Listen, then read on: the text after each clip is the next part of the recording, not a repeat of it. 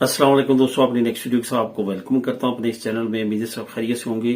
तो सबसे पहले तो बात करेंगे स्पेन पेंशन से रिलेटेड। काफी दोस्तों के कमेंट्स आए हैं, उसको कवर करूंगा और कुछ नई अपडेट्स हैं जो आप लोगों से शेयर करूंगा।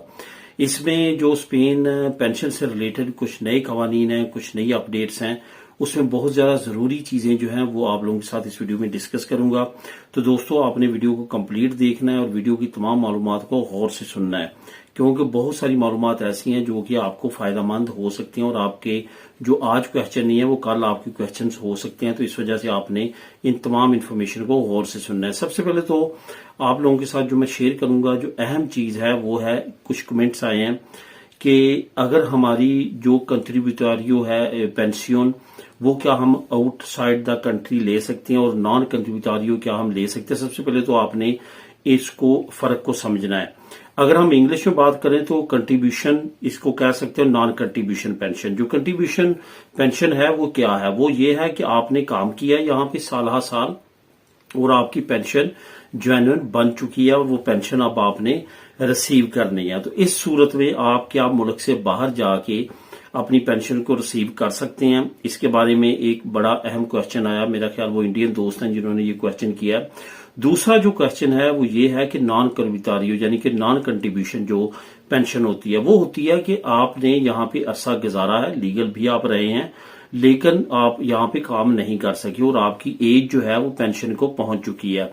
तो एक अमदाद की सूरत में कम से कम आपकी पेंशन लगा दी जाती है कि आप इतनी पेंशन जो है वो ले सकते हैं। आप इस सूरत में क्या आप कंट्री से बाहर जाके ले सकते हैं या नहीं ले सकते, इन दोनों सूरतों में आज मैं आप लोगों के साथ डिस्कस करूंगा, आपको इसकी इंफॉर्मेशन प्रोवाइड करूंगा। सबसे पहले तो आपने ये जहन में रखना है कि अगर आपकी कंट्रीब्यूटरियो है यानी कि आपने काम किया है, आपने फॉर एग्जांपल 15 साल काम किया, 20 साल काम किया या 10 साल काम किया, अब आपकी एज जो है वो 67 पहुंच चुकी है, जितनी इस वक्त जो है वो राइज है आज की डेट में। तो अब आप जो है वो पेंशन के लिए एलिजिबल हैं, या खुदा न खास्ता आपको की मेडिकल प्रॉब्लम हो चुकी है, आपने जो है वो आपकी एज अभी 50 है या 55 है या फॉर एग्जांपल 60 है, लेकिन आपने उधर से 10-15 साल काम भी कर लिया है, तो अब आप क्या जो कंट्रीब्यूटरियो आपकी पेंशन लगेगी, तो उस सूरत में क्या आप आउटसाइड द स्पेन जाके उसको रिसीव कर सकते हैं। तो इसका जवाब है यस।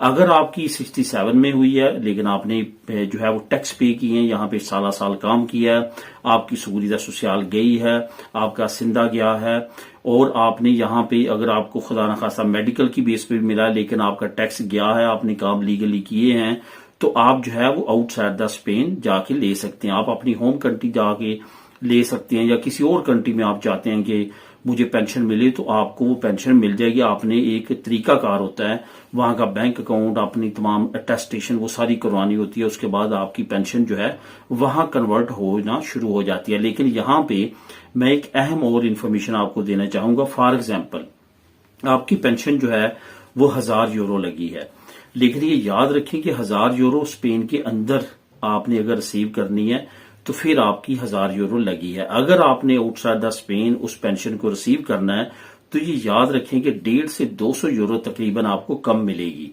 वो इन्होंने कोई अपनी जो है वो कटौती करनी होती है, उसके बाद जो है आपको मिलती है। असल में कानून के मुताबिक ये कहते हैं कि हम ये आपको अजाफी दे रहे होते हैं, इस वजह से कि आप कंट्री के अंदर रहेंगे और ये तमाम की तमाम जो एक्सपेंस हैं यहीं पे करेंगे।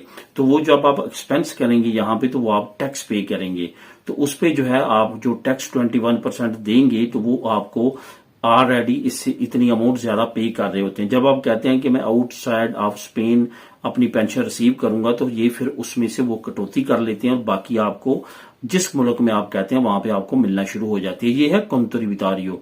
अब बात करते हैं नॉन कंट्रीब्यूटरियो। उनको बिल्कुल भी परमिशन नहीं है कि वो स्पेन से बाहर कहीं जाके अपनी पेंशन ले, क्योंकि उनको एक तरह की अमदाद दी जा रही होती है, एलिजिबिलिटी उनकी नहीं होती पेंशन की, क्योंकि उन्होंने काम नहीं किया होता, उनकी यहाँ पे एज हो चुकी होती है, जिसकी वजह से उनकी लगाई जाती है। वो एक तरह से पब्लिक फंड पे बोझ की तरह से होते हैं, इस वजह से उनको ये परमिशन नहीं दी जाती।